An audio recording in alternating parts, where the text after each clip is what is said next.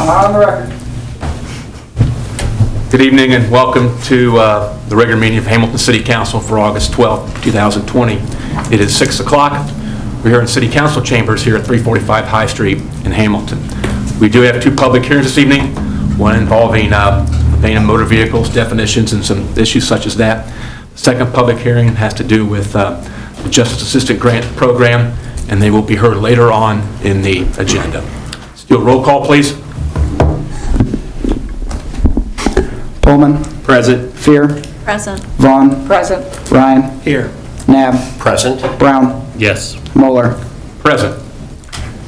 We're going to start off with an offering of prayer, led by Councilmember Robert Brown, followed by the Pledge of Allegiance. Please stand if you are able.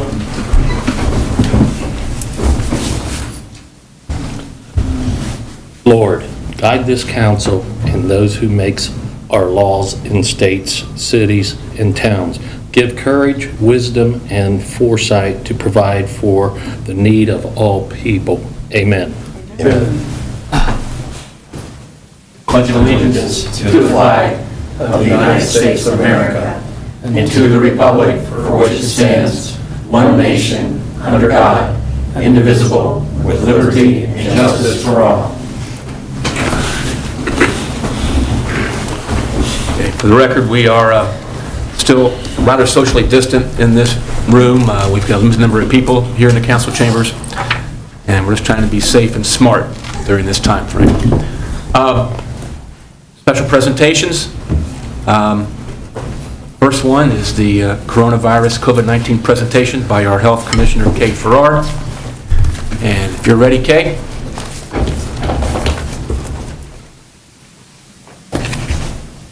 Good evening, Mayor, City Council, and citizens of Hamilton. I wanted to bring you a little bit of an update about where we're at with COVID-19. So, as a whole in the U.S., we're a little over 70 million tested. The positives are a little over 6 million. So the percent positive of those tested are 9%. Here in Ohio, and this was last updated as well today, we've tested about 1,722,000. Positive tests have been about 98,000. So we have about a 6% positivity rate. Ohio is testing currently about 20,000 people a day.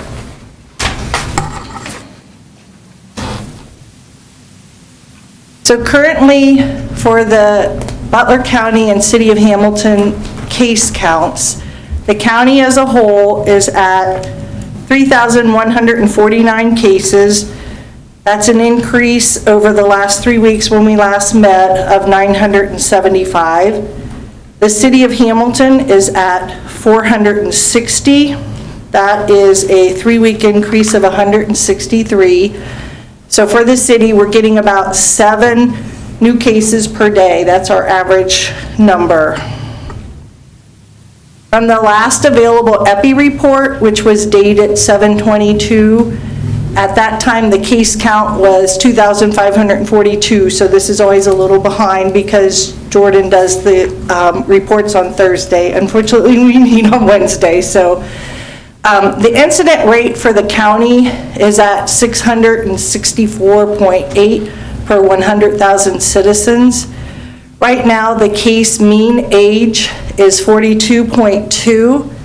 Hospitalized, we're at 11.3%. ICU admissions, 1.5%. Intubations, 0.9%. So those are all numbers that we've talked about before, and those are all within our parameters. They're actually under our parameters. We want to keep ICU and intubations below 6%, so we're well below that. And the hospital counts we want to keep below 16%. So we're doing well there. Deaths in the county as a whole have been 64. 4 of them were citizens of Hamilton. So this is the state page from today that shows the total number of cases. The confirmed cases are, again, those that have had actual tests done. What a expanded case definition or a probable case is, so if there's a husband and wife and the husband got tested and the wife lives with him and she becomes symptomatic, she has to be symptomatic, and has a number of the symptoms of COVID, she's considered to be then a probable case, whether she gets tested or not, because a lot of people opt not to get tested at that point in time, and we go ahead and put them in isolation just the same. Total deaths for the state of Ohio is at 4%. It's important to note here also that healthcare workers are 11%. That's, so a lot of our testing has centered around testing all of the workers that go to long-term care facilities. At this point, Ohio is testing all long-term care facility workers every 2 weeks. Again, we're trying to hover over that most vulnerable population as we open up. We know that more people, the workers there certainly, they still go places, they go to the grocery and et cetera. So the best way to try to protect those vulnerable elderly is to test them more often, make sure they're continuing to be negative, or else remove them from the workforce for a while. So that's kind of our data. And look at from the state, the age range is less than 1 to 109. That's been our oldest case. For key indicators, I like to bring this up because I think it gives you all a picture of that, at least that graph on the last 21 days. So as you can see, as far as cases, we're on the rise with, the yellow line is trending up. And I think I shared this with you guys last time, but if you actually are live on this site and you hover on a portion of the line, it'll tell you what day it is. So I know that covers 21 days, but we're just looking at trends again. As far as deaths, as you can see, we're dropping our number. Hospitalizations has been up slightly, and the ICU, just a slight curve upward. So I wanted to talk to you about interpreting test results because that hit the news real big this week. So there are several tests on the market. There are 3 different types. One of them is the antibody test that is now, very famous, that Governor DeWine tested positive for on the tarmac so that he could visit the president or greet the president. So that antibody test is a blood test. It's rapid. It's used as a screening test. So it just screens for antibodies. So if you think back to science, when you're exposed to a virus or an antigen, your body makes antibodies against it. But remember also at the beginning of this, COVID-19 is a coronavirus, but there's always been known there are 7 other coronaviruses that are common to the human being. So getting an antibody test really only tells us there is a possibility you've been exposed in the past. It takes about 3 days for you to get antibodies. It's not a great test. It is not one that we use in public health, so this person is not counted as a case because we really don't know. I mean, they've got elevated antibodies. They could have been exposed to COVID, but they also could have been exposed to any of the other 7 coronaviruses. So that is just the clarification there. I think it's very confusing because, again, it hit the news very big. So it's a test that's out there. It has its use. It's cheap. It's easy. There's no harm in it. If you test positive, what we would recommend in public health is that you actually go get a viral test or a PCR test. You should go home and wait till that's done, which is what happened to Governor DeWine. So he stayed home, he got his real tests, and then he was considered to be in quarantine for a little bit longer just to be doubly sure that he didn't convert. A viral test, which is the gold standard test, and it uses a polymerase chain reaction. So it literally is a piece of the virus, and they take that test either putting a swab through your nose to the back of your throat, it's called an NP swab, or they can put it in your mouth and get some solutions back to the farther part of your throat. That's the preferable test. When you test positive for that, they're actually looking under a microscope and they see the DNA of COVID. So that's specific. If you were exposed to coronavirus, that's not going to make this positive. It really is a specific one to SARS-CoV-2. There are rapid PCR tests that can be had or resulted in about an hour to 2 hours. Those are still, if I were to put them in order of what is the best test and the most reliable test, it would be the one that gets sent off to the lab is the gold standard, most reliable.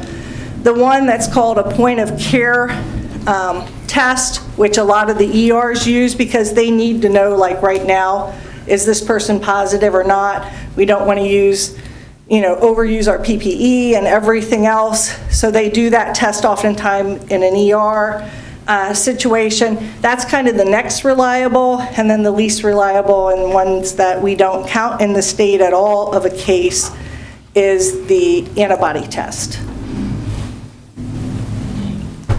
What should you do after you get tested? So those that get tested, unless you are totally asymptomatic and you've just gone to a testing site just because you're concerned you've not had any exposure or anything else, if you really believe you are infected, you should treat yourself like you're infected. So after the test, you should go home, isolate yourself to yourself, by yourself. And then we use age-appropriate isolation. If it's a child, you're obviously not going to put them in their room. A teenager might like that. I know my teenagers would have. An adult, they should be in a room behind closed doors, and they should use their own bathroom if possible. In other houses, we've used upstairs, downstairs kind of situation where the positive individuals live upstairs, the negative downstairs. They don't intermix. We split them as best they can, and we help them look through that when we call them up. What is especially important after you test it is to protect the most vulnerable. So if you've gone and you've got a test, you really should avoid your grandmother or family members that have health conditions that we would consider and put them into a high-risk situation. And those are people with diabetes, heart disease, lung disease, asthma, renal and liver disease. So avoid them, stay away from them until you get your test results. When your test result returns, if it's positive, the health department will call you. I know I get a lot of surprises from people. I do a lot of calls on Sunday if I get the results back. If there's, this Sunday, there were 9 results back. I called 9 people and they're like, who are you? A lot of times I wind up FaceTiming them and showing them my ID. It's really me, I'm calling you. I'm not in my jammies either. I make sure I'm dressed when I'm doing this. So they are contacted by a health official, and that's to do the interview. So we start that interview process, find out, were you symptomatic? Why were you tested? Did you work during that time? And that starts our ability to try to contain this. If the test returns negative, you can go back to work or school and be in the community unless you're in a quarantine for an exposure. So if you truly were exposed to someone that was positive, again, getting tested doesn't release you from the quarantine. It just tells us that on day 6, 7, or whatever day you test it, you were negative that day. But the incubation period for the virus is 2 to 14 days. So you really do still have to remain in quarantine for the full 14 days. And we help people with that. We have a lot of people under quarantine right now. We do as best as we can to get a herd of volunteers to help them with their needs as they have them, to get things into their house. That's all part of this. Schools. I did want to bring up schools just real briefly. So schools, we're right on the cusp of it. I want to assure everyone, we are working diligently with the schools. All 3 health commissioners have met with the superintendents of the schools weekly. That's been ongoing since the beginning of June. We have very long meetings, and sometimes we meet with the boards of the schools too. We're trying to guide them. You know, we stay on the line as long as they need us, answer any questions they have, but we are really trying to help the schools start up and get to where they want to be. We're also meeting regularly with the Hamilton City School nurses. Now that they're back working, you know, they were off for the summer. I had a 3-hour meeting with them this week, and they're calling me regularly with questions, and we're trying to do all the scenarios that may happen and how they would handle each and every situation, how they handle isolation in the school, how they handle when someone goes home with a possible case, and when they're allowed to return. So we're going through all those scenarios.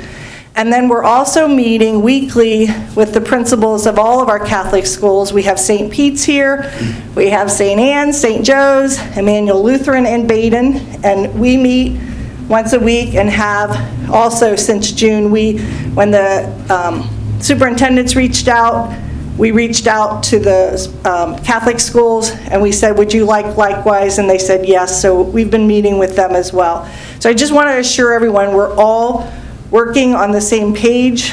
I want to, you know, I know there's parents out there that are very afraid of their kids starting school, but we, you know, this virus is out there, it's in the community. These children have been playing with each other all summer long. I can see them in my neighborhood, and they're doing okay, and our numbers are doing okay. So kids, for the most part, do well with this. So what we're trying to figure out is how to keep the teachers well so that we don't have lack of teachers, so that the classrooms can stay open, that the nurses stay well, that the bus drivers stay well, and they have enough bus drivers to get people to and from. But we're working very diligently, and I think we'll have a good school year. It's going to be a challenge. It's going to be different, but it is where we're at right now. It's the sign of the times. So, any questions? Any questions or comments? I want to say thank you, Kay, for really working 8 days a week in this whole thing. Oh, it's just 7. 7. That case median age does say something now when it's It does. 2.2. It does. But it's good to hear the intubation rate and the ICU rate are low, and that's Very positive. reflective of where we've moved. You know, I didn't say this, but our cases right now are younger. They're between 20 and 30 and 30 and 40, and luckily, even though we've had 7 a day, at least for the city of Hamilton, we have not had as many hospitalizations or as many requiring additional medical. This is kind of, you know, I use this scenario, a slow burn. I mean, this is where we're at, and you know, it taxes us as far as public health. It puts a lot on our shoulders to do all the contact tracing, but I do believe in my heart it's the right thing to do. It's how we open up as best we can. We try to keep those sick away from and educate those people who are sick so they don't make other people sick. I wish we had a rapid quality COVID-19 test, because I feel sorry for the man or woman who's off of work waiting for a test result, and it comes back positive, but it's a false positive. That person's off of work for just way too long, and that doesn't help anybody. It is. That's the crux of it right there, is trying to find a better quality rapid that's readily available. Fort has some, but they're in shorter supply, and they're using them mostly in the ER to not have to burn up so much PPE and to know how to handle people when they come I hear in. about the city schools and the HIKE program with some programs to keep the students, you know, K through 12, progressing academically instead of regressing, which would be an easy thing to do in this whole situation. Yeah. So.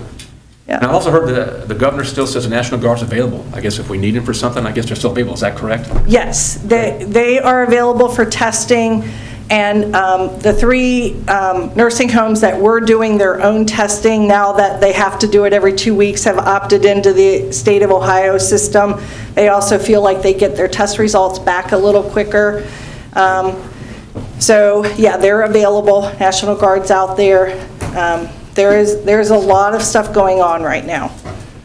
Mr. Mayor, I just had one Please, question. yes. Kay, would you expect as vaccines have a level of competence in things that the people that are creating them and the testing and all the things, will we be advised up front that they're going to be made available whenever that happens in the Yes. months to come? Yes. That your office, the state would notify you and so we would know in advance that? Yes, we're very heavily in the plans for that, and in fact, I used some of our funds to purchase another vaccine refrigerator. We have one, it's old, it's very easily ready to tank, so I talked to Tom about it. So we're getting another one, so we would have 2 places to store the vaccine.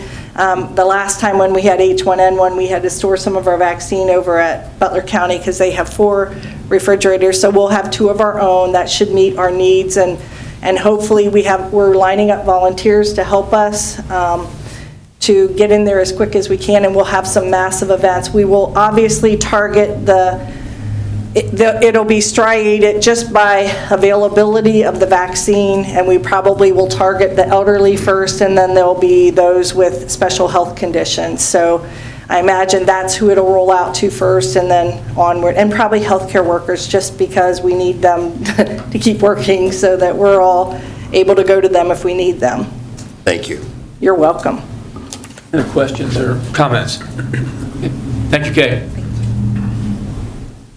Next, we have the second quarter city finances presentation.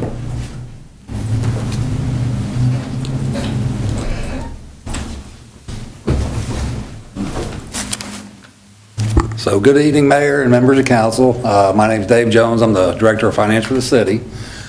And before we get started on 2020, we're very fortunate to have a special guest, Kerry Rowe. He's the president of Clark, Schaefer and Hackett. It's our independent audit firm, and he's going to go over our 2019 audit and answer any questions you guys may have. Thank you. Thanks. Good evening, Mr. Mayor, members of council. Very pleased to have the opportunity to present the 2019 audit results to you this evening. I think, as you all know, Clark, Schaefer, Hackett performs the audit on behalf of the Auditor State's Office. And so at the conclusion of our audit, we do submit that to them for a desk review. That desk review has occurred. They have accepted the report. It's now a public document, is available to all of your citizens on their website. The city also, as you're aware, submits its comprehensive annual financial report to the Government Finance Officers Association for their awards program, Excellence in Financial Reporting. That has been submitted. We've reviewed the CAFR. We believe it meets all the criteria for that award program as well, and we think the city will ultimately receive that award again for the 2019 audit. I did want to talk a little bit about the 3 audit reports that we issue. We do have 3 separate and distinct audit reports. The first one relates to the financial statements. The primary reason we're here is to express an opinion on your financial statements, and ultimately our opinion was that the financial statements are fairly presented in all material respects in accordance with generally accepted accounting principles. That's what we call an unmodified opinion, exactly what you would be hoping for from an opinion standpoint on your financial statements. We also issued 2 supplemental reports that are compliance-oriented. The first one, because the city, of course, is a local government, your audit's performed in accordance with government auditing standards. Government auditing standards require us to do some additional work. Number one, we are required to evaluate your internal control over financial reporting, meaning are controls properly designed? Are they properly implemented? Are they effective? And if any significant deficiencies or material weaknesses come to our attention during the course of that, we would be required to bring those to your attention. I'm very pleased to say we did not find any significant deficiencies or material weaknesses in internal control. The second aspect of that report also deals with your compliance with laws and regulations that could have a direct and material effect on your financial statements. What we do is we test your compliance with various laws and regulations. The Auditor of State has prepared what they call the Ohio Compliance Supplement. has key laws and regulations such as budgetary, contracting, things of that nature we test. Also very pleased to say we did not find any material instances of noncompliance with laws and regulations. So that government auditing standard report was what we call kind of the boilerplate standard report. And then the last report we issue is solely related to federal programs. I think many of you are aware, because the city does participate in a number of federal programs, anytime you receive and expend more than $750,000 of federal awards, you are required to have a compliance audit in accordance with uniform grant guidance. So that report, the federal government actually requires us to select programs for testing, evaluate the internal controls you've put in place for those programs, test your compliance with the laws and regulations associated with those programs, and ultimately then issue an opinion. Our opinion was, we do believe you materially complied with the major program that we selected for testing. It was the Highway Planning and Construction Grant this year was the one that was ultimately selected for testing. We do believe you materially complied. We had one minor instance of noncompliance related to certified payrolls, which are required to be submitted to the city. There were some documentation issues there on a couple of those items throughout the year. Again, an immaterial instance of noncompliance. We still feel you've materially complied with the program's requirements. And we also then felt like the internal controls over those federal programs were adequate as well. We did not have any significant deficiencies or material weaknesses in internal control. A couple of other comments I certainly want to make. Very pleased to say we did not have any disagreements with management during the course of our audit, and our standards really define those as accounting, auditing, or reporting matters. In fact, I think we've developed a very good, transparent relationship with management, including certainly the finance department in particular. As you all know, they bear the burden for the most part of the audit. There's been a number of complex accounting issues, as you know, over the last couple years. When we think about the Meldal transaction, obviously this building and the lease associated with it, there have been a number of them. And I think what's been great is our audit team and management have really gotten together, gotten in front of those issues, made sure we were all on the same page. No surprises come audit time, and I think that works really well.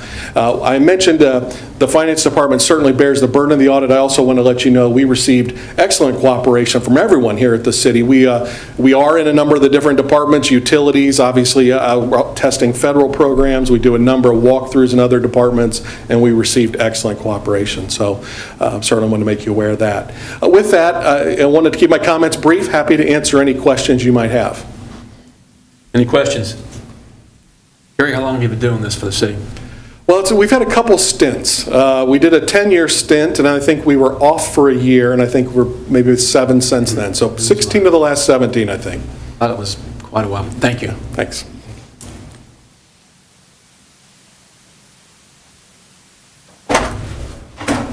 So with that, we will jump into 2020.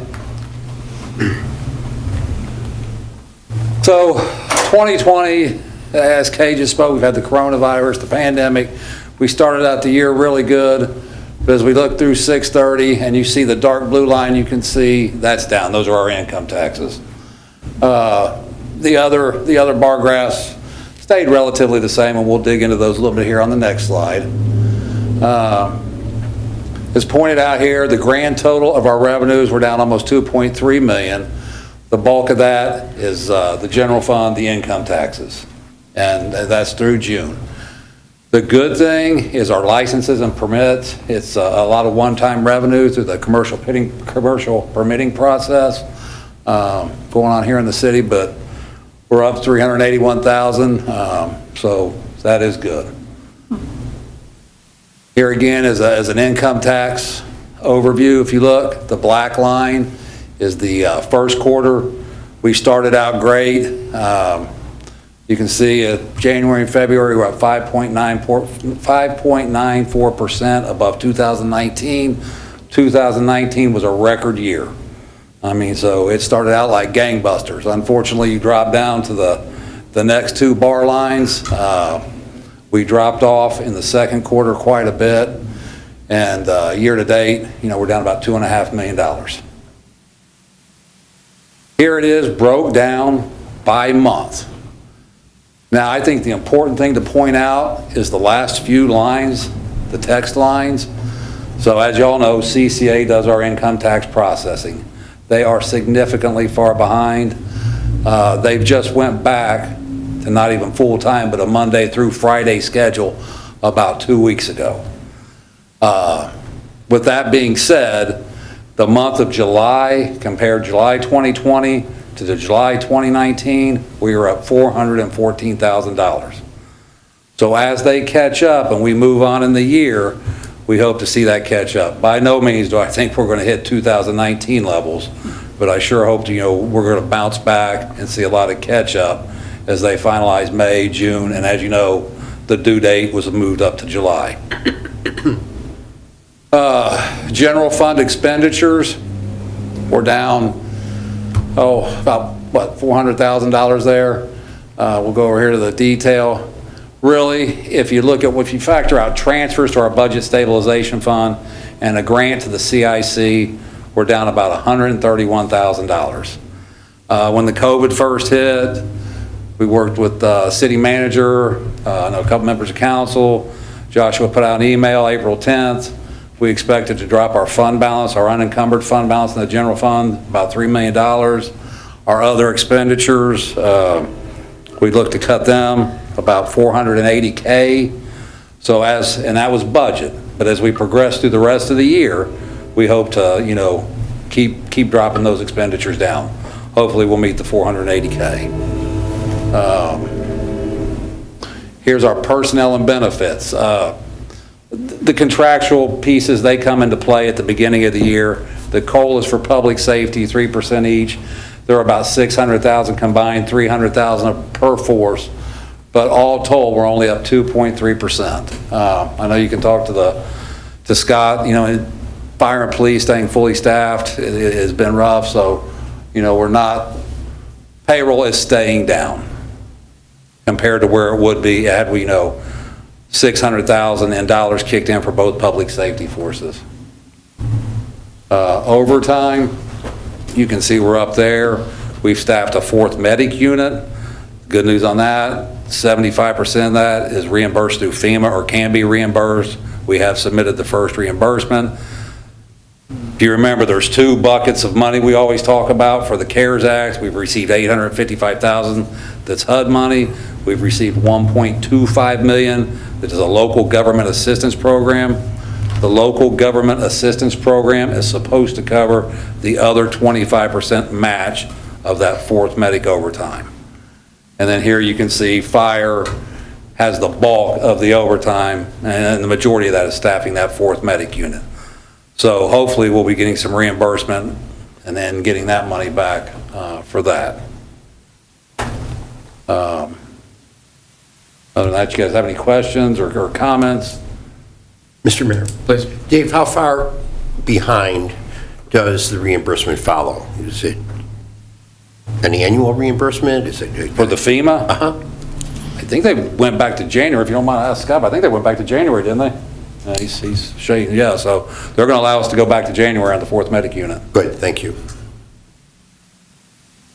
Jones, considering how difficult this journey has been with a lot of unknowns, as we've done a pretty good job, sounds like.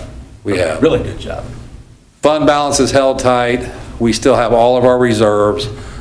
Remember, we gave the $300,000 to the Hamilton Economic Development Corporation. We were able to reimburse ourselves that through bucket 2 of the CARES Act, the $1.25 million. So we have back to the full $2 million in the budget stabilization fund. My crystal ball is no better than anybody else's. I don't know where this goes, but really, in my mind, the goal is, we look at that resolution that was passed back in 2012 that talks about the fund balance and the GFOA recommendations. If we can end the year with the unencumbered fund balance within 10% of our annual expenses without touching those reserves, 2021 budget, I don't know where this is going to head, but I think we should be okay as we move forward with it. Any questions or comments? Thank you, sir. Okay.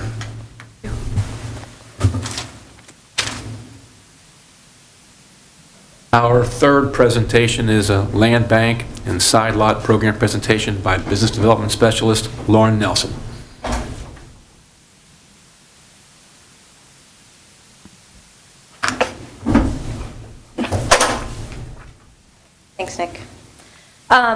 So, council, you will see on your agenda this evening that there were 2 caucus reports coming to you with just some information about the side lot, and really we're coming with sort of 2 requests for changing a little bit of the process to try to expedite the transfer. So I know you all have seen a lot of side lots coming at you the last couple of months.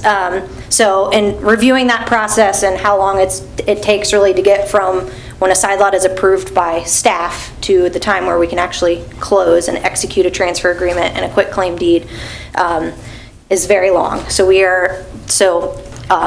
my presentation hopefully is very short, but just sort of want to run through what is in the caucus report to let you, kind of let you know.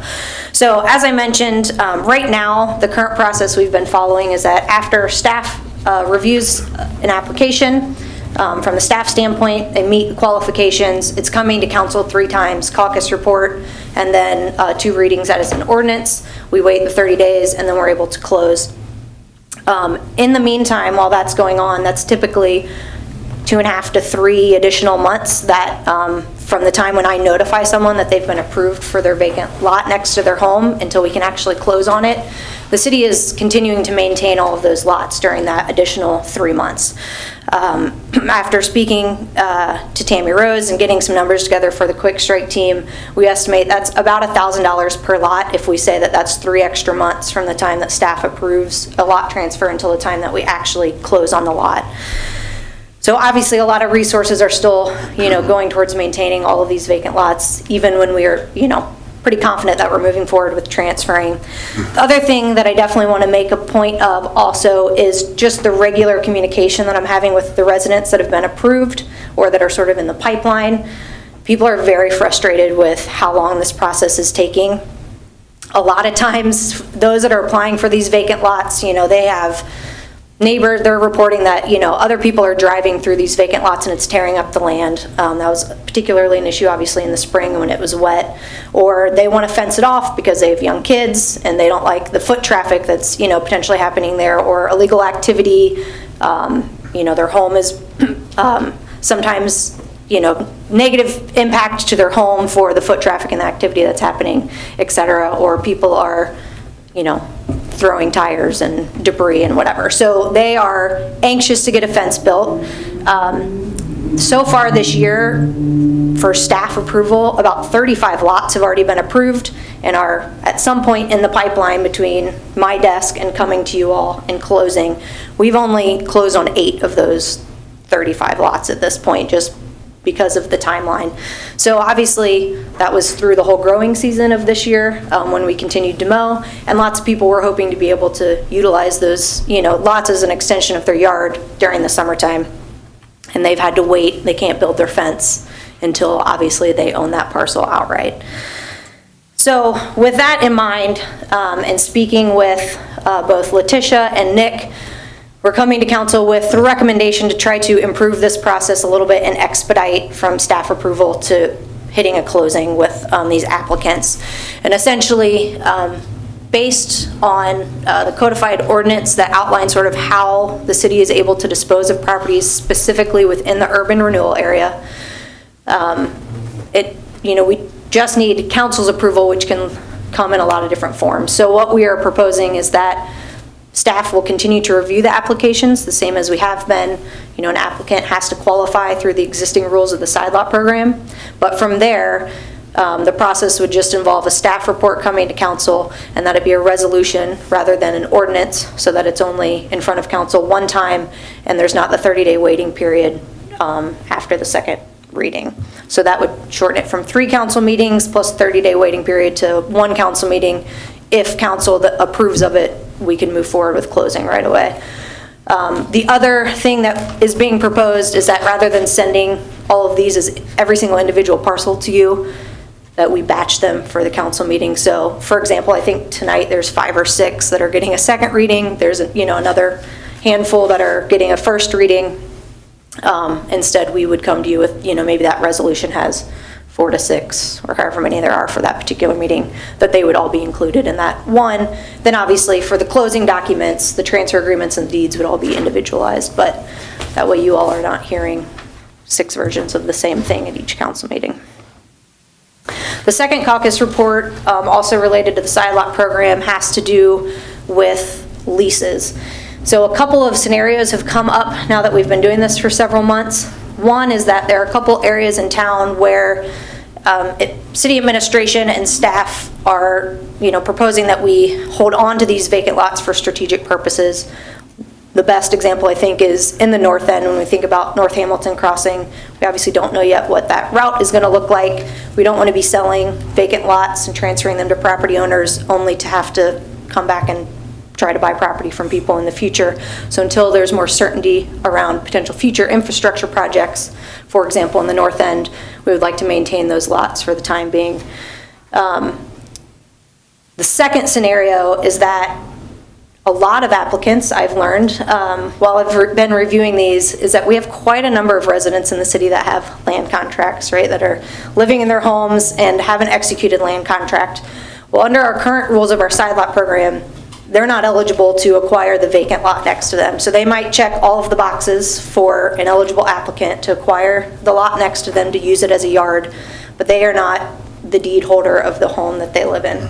So one way that we are proposing, to sort of address this to both help those residents, but also allow the city to maintain some control, not transfer it outright, is to lease those individuals if they otherwise qualify through the side lot program, but they have a land contract and they can obviously show us a copy and, produce the document, that we execute a lease with those residents until such time that either the city needs to cancel that lease or they own their home outright, the deed for their house is now in their name, and then we can move forward with transferring it. So this slide kind of outlines what is in the draft lease language, which is currently under review with legal. Both John Reister and Letitia are taking a look at the drafted leases, but essentially the terms are that, again, the applicant would have to qualify through the side lot program. It's being proposed that the lease is simply $1 a year. It would, renew annually unless one party, the city or the applicant, opted to cancel the lease with a 60-day notice. The resident would be permitted to utilize the vacant lot simply as an extension of their yard. They could fence it off if they would like, but they could make no permanent, changes to the lot in terms of paving a driveway, building a shed or a garage, parking vehicles on it, anything like that. They obviously also could not do a lot combination and combine the vacant lot with the parcel that their house is on. Again, the lease could be terminated by a 60-day notice by either party. And then I think also important to note that we would definitely include a clawback in the lease that says, should this property fail to be maintained or become a nuisance issue for any reason, the city could terminate the lease.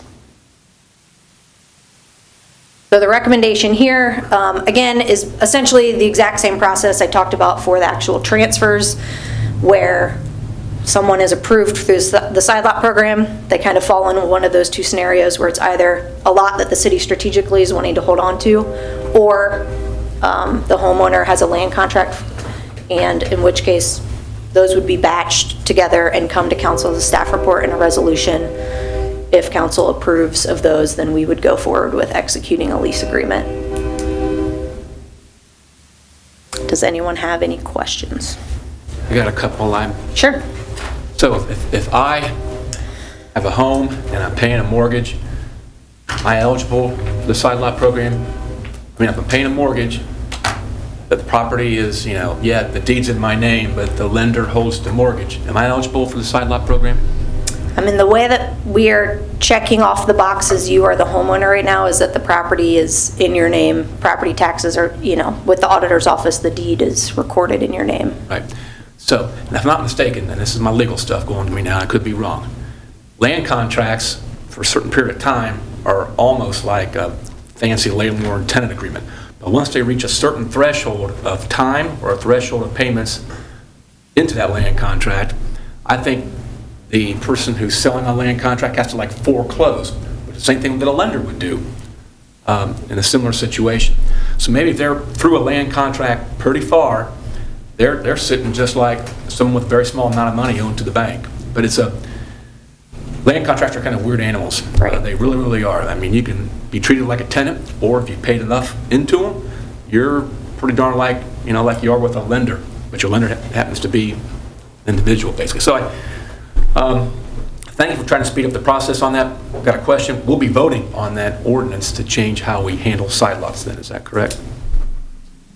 So I think the way that, in discussing with Letitia, that we were just, if you all essentially accept what's provided in this caucus report, that is the approval that would be needed to That's all that's change the... needed? Good. Yeah, to change the process by which we are bringing it in front of you. So it's not going to change the land reutilization, like policies and procedures that outline the side lot program, were a resolution that was passed in 2012. This does not change any language in that. This is just more of a, what is the administrative process by which council would like to approve these?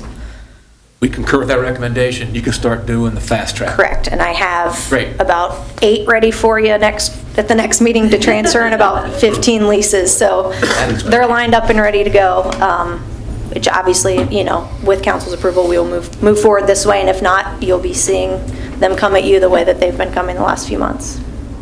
Thank you for the fast track, and I heard good things about this program for people who were involved in it, so thank you. Mr. Mayor? Please. Lauren, there are many people with streaming on Hamilton TV right now, TV Hamilton, that are smiling and are very happy because of your process. People that have worked on this procedure for years, and the fact that we can fast track this forward and still be compliant in the opportunity that it affords our citizens that have the criteria and the check boxes, as you said. So thanks for the work. How many roughly applications do you have right now in-house? So I've reviewed, since the, let's say, early 2020, I've reviewed about over 120 of those already, saying directly to council, which are about the 35 that I mentioned. If the property is still in the land bank's name, then once they are approved by staff, they actually are just going directly to Kathy Dudley, and she can do the closing.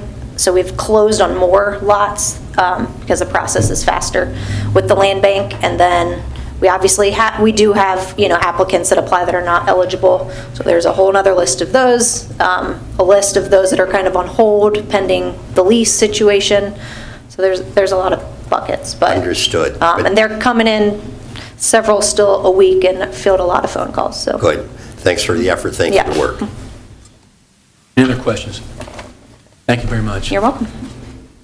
Okay, we'll now go to the audience of citizens, and we are still basically closed meeting, and if you wish to speak about a specific agenda item, you're required to sign the blue public speaking book that is outside. You'll be able to give comments in person at the podium. If it is an agenda item, ask that you please speak from the podium, direct your attention to us if you are speaking. Be respectful of those around you from a social distancing standpoint. If you have any comments you wish to make as a resident, that's not agenda item related, of course, as we have in the past, you can send an email to Nick, and he'll read your comments during an appropriate council meeting. Hopefully making get a response from the city folks prior to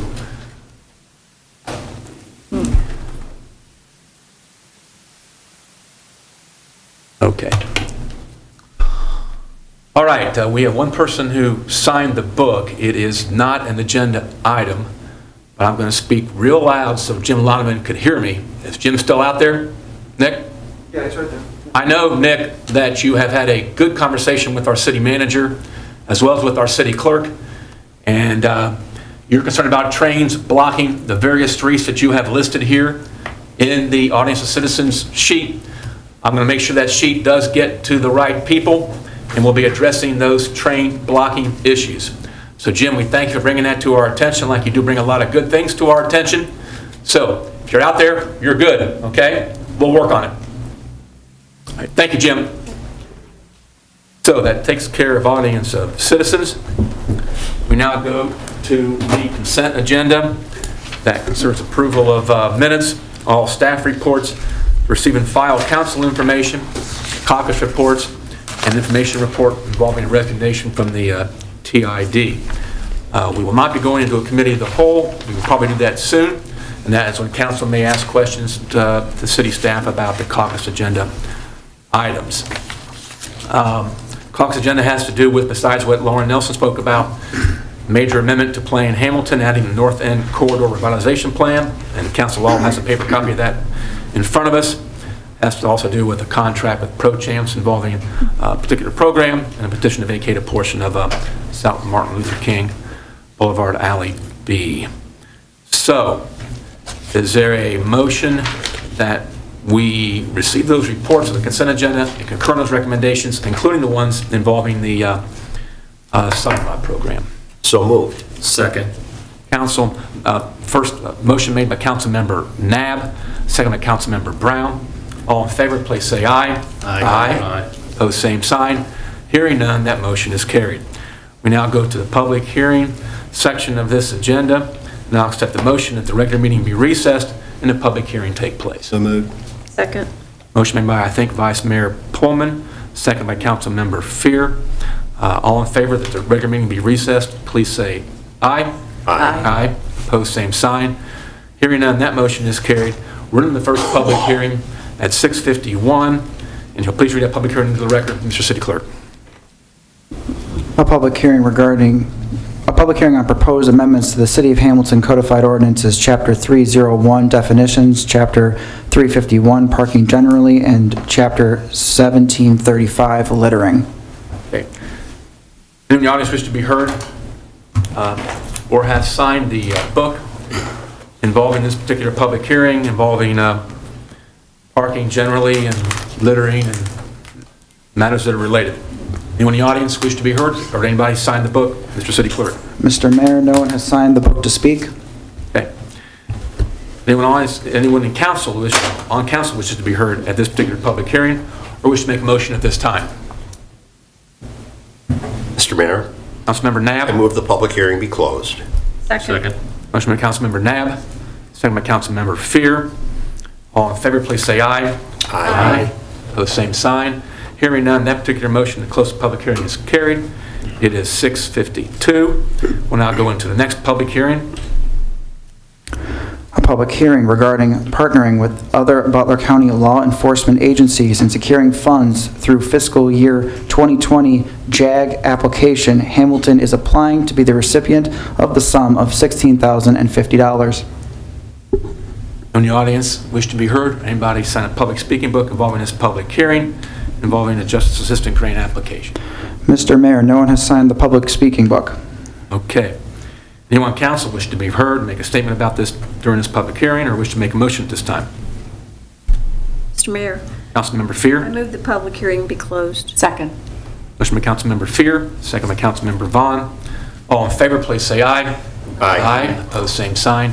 Hearing none, that motion is carried. This public hearing is closed at 6:53.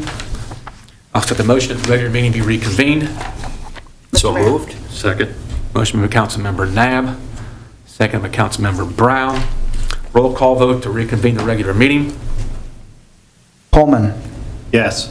Fear. Yes. Vaughn. Yes. Ryan. Yes. Nab. Yes. Brown. Yes. Moeller. Yes.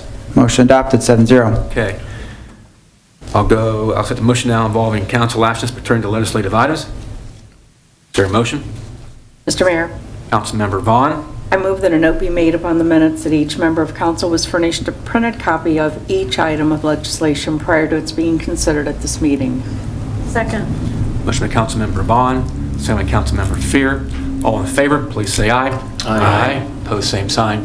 Hearing none, that motion is carried. We now go into pending legislation, agenda item number 6, second reading of an ordinance involving a side lot, 115 Franklin. An ordinance approving the conveyance of certain real property acquired through the land bank to an adjoining property owner as a side lot, 115 Franklin Street. Mr. Mayor, Councilmember Ryan. I move that the ordinance be adopted. Second. Motion by Councilmember Ryan, second by Councilmember Brown. Any discussion on this one? Hearing none, roll call vote. Pullman. Yes. Fear. Yes. Vaughn. Yes. Ryan. Yes. Nab. Yes. Brown. Yes. Moeller. Yes. Ordinance adopted, 7-0. Thank you for the record. Please be aware that on the screen here in our council chambers, we do see the location of the side lots. We go to agenda item number 7, second reading of an ordinance involving side lot, 830 Ross Avenue. An ordinance approving the conveyance of certain real property acquired through the land bank to an adjoining property owner as a side lot, 830 Ross Avenue. Mr. Mayor, Councilmember Nab. I move the ordinance be adopted. Second. Motion by Councilmember Nab, second by Councilmember Vaughn. Roll call vote on this ordinance, please. Pullman. Yes. Fear. Yes. Vaughn. Yes. Ryan. Yes. Yes. Nab. Brown. Yes. Moeller. Yes. Ordinance adopted, 7-0. Thank you. Go to agenda item number 8, second reading of an ordinance involving side lot 847 Fairview Avenue. An ordinance approving the conveyance of certain real property acquired through the land bank to an adjoining property owner as a side lot, 847 Fairview Avenue. Mr. Mayor, Councilmember Vaughn. I move the ordinance be adopted. Second. Motion by Councilmember Vaughn, second by Councilmember Ryan. Any discussion or comments about this one? Hearing none, roll call. Pullman. Yes. Fear. Yes. Vaughn. Yes. Ryan. Yes. Nab. Yes. Brown. Yes. Moeller. Yes. Ordinance adopted, 7-0. Thank you. Go to agenda item number 9, second reading of an ordinance involving side lot 1749 Parish Avenue. An ordinance approving the conveyance of certain real property located within the City of Hamilton, Ohio's urban renewal area to an adjoining property owner as a side lot, 1749 Parish Avenue. Mr. Mayor, Vice Mayor Pullman. make a motion that the ordinance be adopted. Second. Motion by Vice Mayor Pullman, second by Councilmember Vaughn. Comments or discussion about this one? Hearing none, roll call, please. Pullman. Yes. Fear. Yes. Vaughn. Yes. Ryan. Yes. Nab. Yes. Brown. Yes. Moeller. Yes. Ordinance adopted, 7-0. Thank you. We go to agenda item number 10, second reading of ordinance involving pay range. An ordinance amending and supplementing Schedule A of the city's classification and compensation plan as set forth in emergency ordinance number EOR 2020-1-6, adopted January 15, 2020, as amended from time to time to amend the pay range for the classification of police chief. Mr. Mayor, Councilmember I Nab. move the ordinance be adopted. Second. Motion by Councilmember Nab, second by Councilmember Fear. Discussion or comment on this one? Roll call, please. Pullman. Yes. Fear. Yes. Vaughn. Yes. Ryan. Yes. Nab. Yes. Brown. Yes. Moeller. Yes. Ordinance adopted, 7-0. Now come to that point of the meeting which involves several emergency ordinances involving our charter amendments. And Mr. Lucas, could you please, for those who are watching on our fine TV Hamilton, kind of give them an idea of what we're voting on, the number of votes it takes to pass something on to the Board of Elections? Yes, Mr. Mayor. The next 15 ordinances are based on recommendations of the Charter Review Commission. The commission was appointed by City Council earlier this year. It's made up of 13 residents that reviewed the entire city charter and heard from city administration, recommendations from members of the public and citizen organizational groups. Through that committee, they came up with 14 proposed changes. There is 15 this evening, which we will get into when we get to items number 15 and 16, as they are about the same issue. Tonight is a follow-up from the hearing on July the 22nd, where we went over what each of these proposed amendments do. Tonight, council will be voting on them. A 2/3 majority is required to pass each amendment, so 5 votes in favor passes, 4 does not. If something fails this evening's vote, then it is removed and it is not placed on the November ballot. Anything that receives 5 or more votes will get forwarded to the Butler County Board of Elections, certified by them and myself, and will be placed on the ballot in November to be cited by the electors of the city for a majority vote of them for passage. As the issues are written, they are all going to be placed on the ballot separately.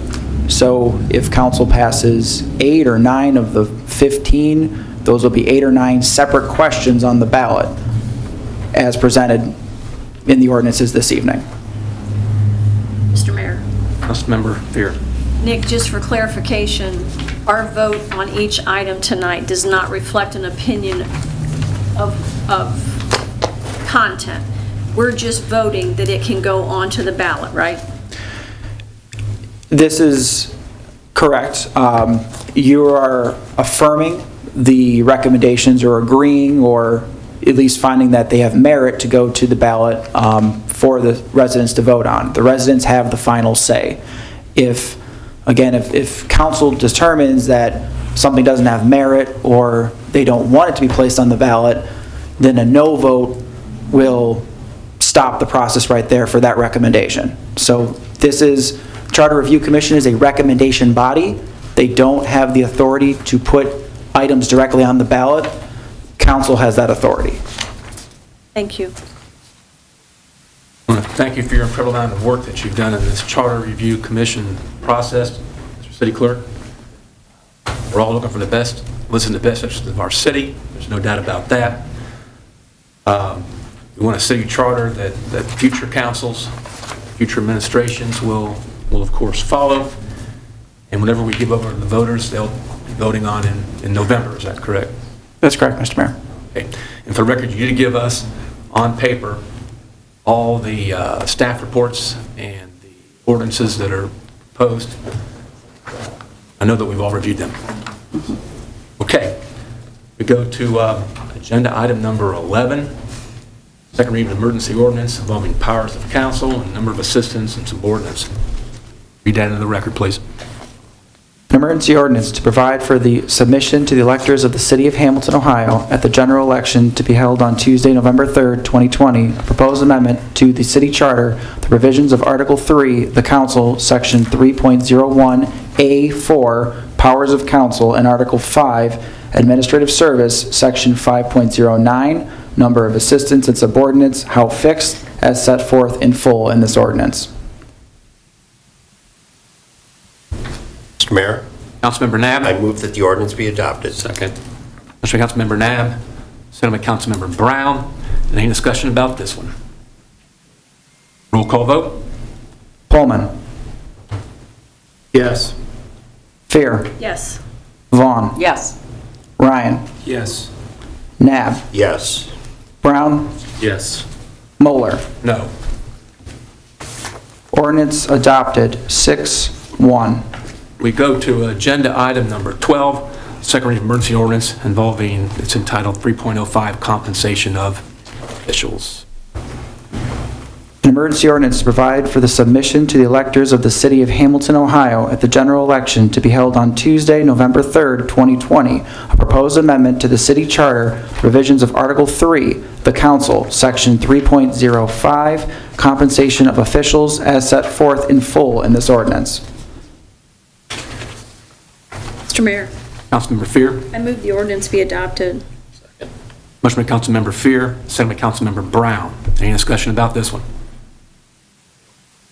Hearing none, roll call vote. Pullman. Yes. Fear. Yes. Vaughn. No. Ryan. Yes. Nab. Yes. Brown. Yes. Moeller. Yes. Ordinance adopted 6-1. And we now go to agenda item number 13, second reading of emergency ordinance involving rules of council, financials and contracts, and related matters.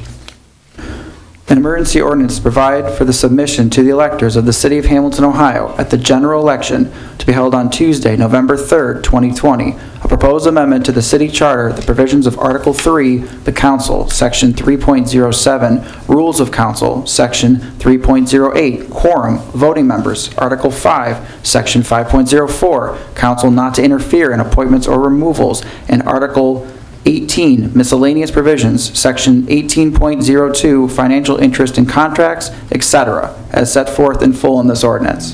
Mr. Mayor, Councilmember Vaughn. I move the ordinance be adopted. Second. Motion by Councilmember Vaughn, second by Vice Mayor Pullman. Any discussion on this one? Hearing none, roll call vote. Pullman. Yes. Fear. Yes. Vaughn. Yes. Ryan. Yes. Nab. Yes. Brown. Yes. Moeller. Yes. Ordinance adopted 7-0. We now go to agenda item number 14, second reading of emergency ordinance involving when ordinances and resolutions take effect and related similar issues. An emergency ordinance to provide for the submission to the electors of the City of Hamilton, Ohio at the general election to be held on Tuesday, November 3rd, 2020, a proposed amendment to the city charter, the provisions of Article 3, the council, Section 3.11, when ordinances and resolutions take effect, and a new Section 3.13, publication for public hearings as set forth in full in this ordinance.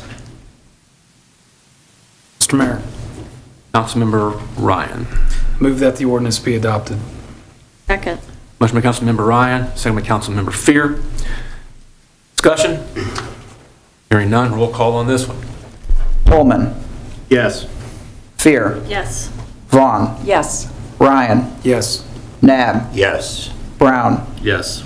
Moeller. Yes. Ordinance adopted 7-0. We now go to agenda item number 15, and we'll soon vote on 16. So read 15 into the record if you would, please. An emergency ordinance to provide for the submission to the electors of the City of Hamilton, Ohio at the general election to be held on Tuesday, November 3rd, 2020, a proposed amendment to the city charter, the provisions of Article 5, Administrative Service, Section 5.03, removal of officers and employees, set forth in full in this ordinance. Mr. Mayor,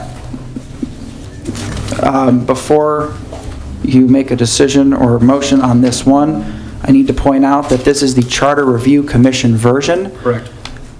Agenda item number 16 is very similar, however, that is based off of the comments that you submitted to my office from the last meeting and is the mayor amended version. Yes. I'm going If- to comment now on that one just to get that out of the way. Yes, sir. The intent of 16 is the same as 15.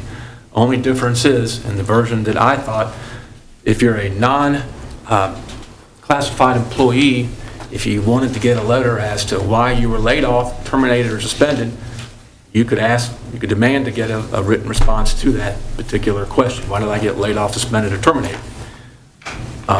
That's the only difference in the two. The intent, I understand, as far as the other issues that were addressed in 15 are the same as 16. I just thought that a non-classified person, if they wanted to find out why they had those events happen to them, they could get something back in writing. So, that's the only difference in 15 and 16. So, So, Mr. Mayor, please. so does that mean now they cannot get a letter? I mean, what prompted you? Prompt to me was when I read the red line version, there was a red line through a non-classified employee being able to find out why they were, it was red line through that they could not make a written demand to find out why they were laid off, suspended, or terminated. I just thought that was important enough that somebody know. It's just my mind thinking when I was reading these things over.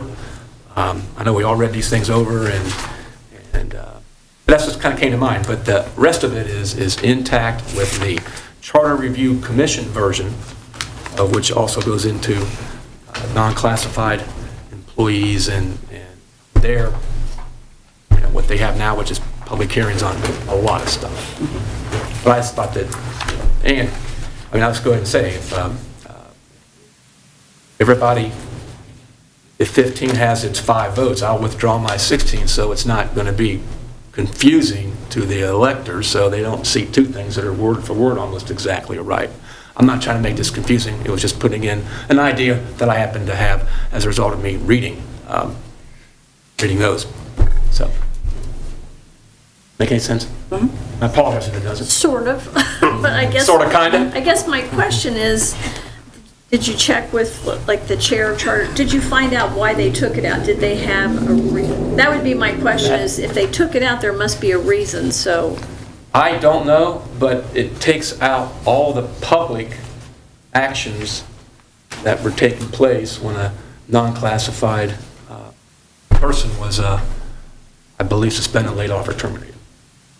So, and I just thought that maybe knowing that might be important to somebody. Like I said, if there's already 5 votes on 15, I'll withdraw 16, just not to make this thing any more confusing than it already is.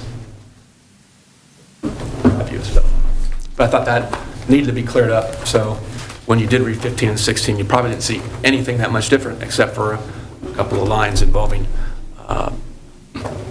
written request to know why for the layoff, suspension, or termination. So did you read 15 in already? I think you did, is that correct, or did you not read 15 in? I read 15 into the record, Mr. Mayor. Is there a motion on 15? Mr. Mayor, I move the ordinance be adopted. Second. Motion made by Councilmember Nab, seconded by Councilmember Ryan. Discussion, any more than we've already had? Okay. Roll call vote, please. Pullman. Yes. Fear. Yes. Vaughn. No. Ryan. Yes. Nab. No. Brown. Yes. Moeller. And for the record, I'm going to vote no. So, Ordinance fails 4-3 due to not receiving 2/3 majority. let's go to 16 then. You want to read 16 into the record now? 16, an emergency ordinance to provide for the submission to the electors of the city of Hamilton, Ohio at the general election to be held on Tuesday, November 3rd, 2020. A proposed amendment to the city charter, provisions of Article 5, Administrative Service, Section 5.03, removal of officers and employees as set forth in full in this ordinance. Mayor Moeller amended version. Mr. Mayor, Councilmember Vaughn. I move the ordinance be adopted. Second. Motion by Councilmember Vaughn, second by Councilmember Brown. We've had discussion about this. Is there any further discussion about this? So if this goes down, that means that it's not on at all. So this is really our only option to have this put on the ballot. Right? Believe that to be true. Yes. That particular substance. So, any other questions? Because this is obviously very important stuff, everybody. Any other questions or discussion? If I may, I'll interject. Please. Is if I were a staff person and I was terminated, I want to know why. And that was my rationale for looking at these options and voting the way I just voted. Mr. Mayor. Thank you. Sorry. Councilmember Ryan. Don't we already do that? That's why I'm a little confused. I mean, why is this just now being? Yeah, I mean, I wish that this was something we knew. I mean, this makes my asking for new members to get meeting to look like nothing. It just, I mean, I would like to be able to find out, like from Letitia or even from Charter, why didn't they do it? There has to be a reason why things are done. If you would, Letitia, we're going to have our law director make a few comments about this one. And thank you for being here with us and addressing any comments.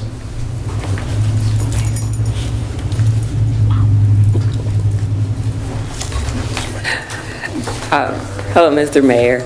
I just wanted to clarify from the recommendation from Charter. The last agenda item, that recommendation did come from administration, and it was brought forth by Executive Director Tim Wordman, and the rationale was to make sure that all the hearing rights were reserved for our classified employees, which is governed by our civil service provisions in our charter. And the language that you're currently looking at has language that says that there'll be a hearing, and it doesn't specify whether it's for classified or unclassified, which from his perspective was a conflict with the Civil Service Commission provisions.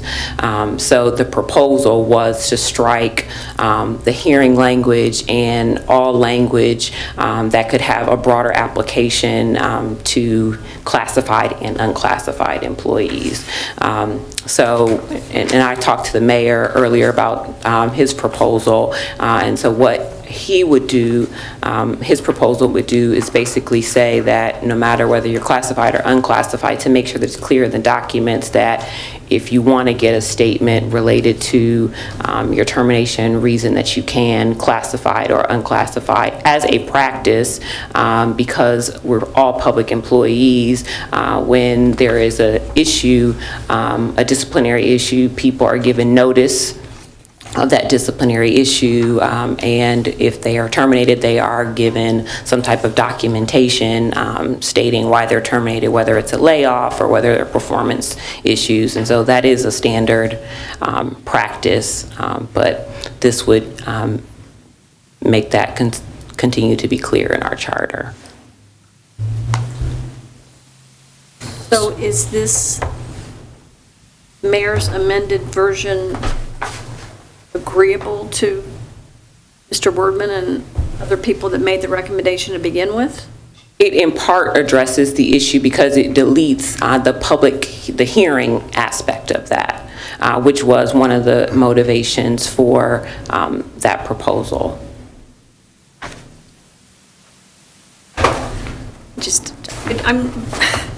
I want to see it go through. I'm uncomfortable with how it's all been presented here.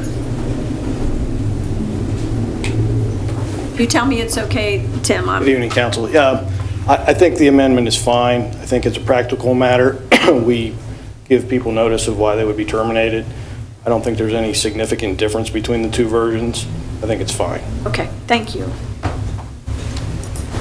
So to make it clear that we all understand, especially me, that if we vote yes on this, the version that the Charter Review Commission is going to be in front of the electors, except for the part about a non-classified employee being able to get a written statement of why they were terminated. So the idea of the public hearing process applying to non-classified employees is still going to be taken out. Correct. Of what's going to be sent to the Board of Elections. That is correct. As a request of the Charter Review Committee, as a request of council. That's correct. And the language related to the statement is the current charter language, so we're not adding new proposed language related to a statement that's already in our charter, so it just preserves existing language in the charter and doesn't strike it out. We're just adding the classified employees, basically.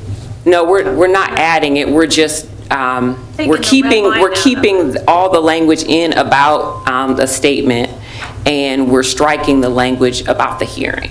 Okay. There'd be no hearings for non-classified employees. That is correct. Which is a small, number of our employees. It's directors, city managers, city clerks, secretaries to directors. Just about the red line up. Any other questions?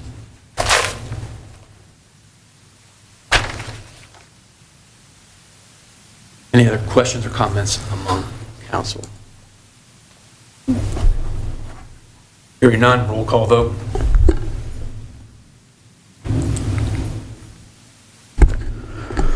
Roll call vote. Agenda item number 16. Pullman. Yes. Fear. Yes. Vaughn. Yes. Ryan. Yes. Nab. Yes. Brown. Yes. Moeller. Yes.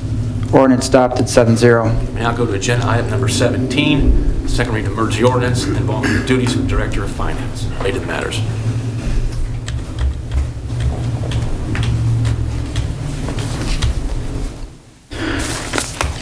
An emergency ordinance to provide for the submission to the electors of the city of Hamilton at the general election to be held on Tuesday, November 3rd, 2020. Proposed amendment to the city charter, the provisions of Article 7, Department of Finance - Financial Procedure, Section 7.01, Duties of the Director of Finance, as set forth full in this ordinance.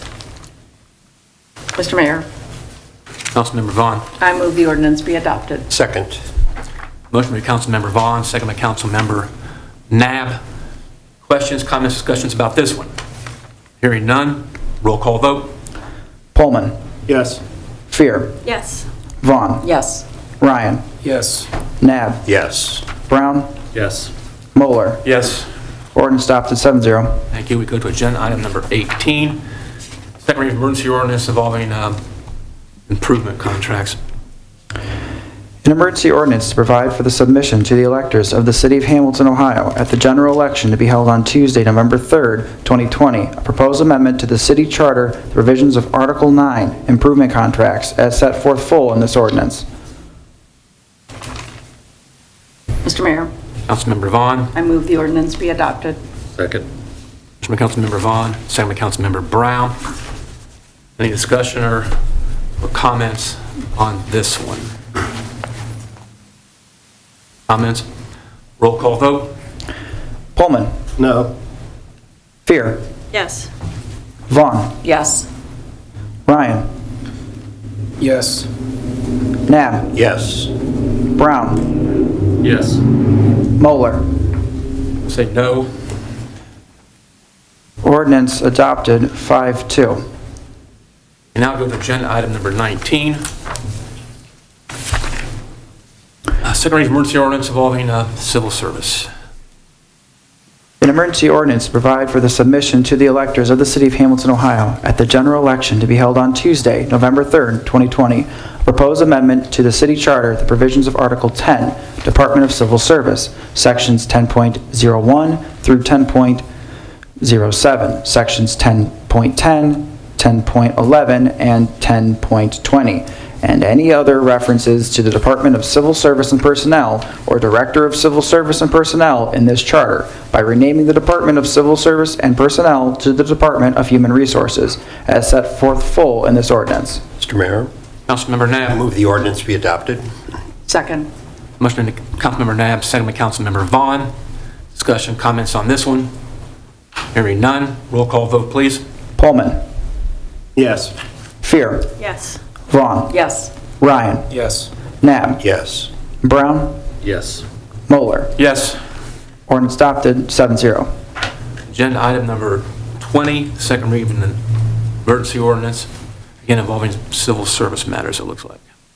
An emergency ordinance to provide for the submission to the electors of the City of Hamilton, Ohio, at the general election to be held on Tuesday, November 3rd, 2020, a proposed amendment to the city charter, the provisions of Article 10, Department of Civil Service, Sections 10.01D, Civil Service Commission, and 10.02 classifications, as set forth full in this ordinance.